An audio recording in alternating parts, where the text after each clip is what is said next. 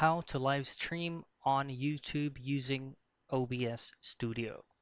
The first things first is if this is going to be your first time on doing a live stream on the YouTube platform, you'll have an approval with it first. So all you have to do is just go directly to your YouTube channel or to your YouTube account and go to the live stream management.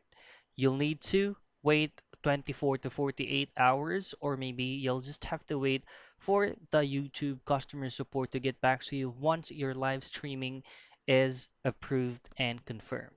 Now, once everything is confirmed, you do not need to do um, everything actually. All you have to do from OBS Studio is go to settings, and by doing this method right here, make sure that you are or you already pull up or you are already logged in to your YouTube account.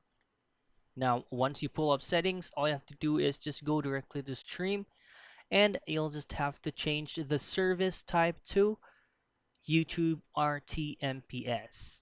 Now, once you change this, once you click on connect account, everything will automatically be set it up appropriately.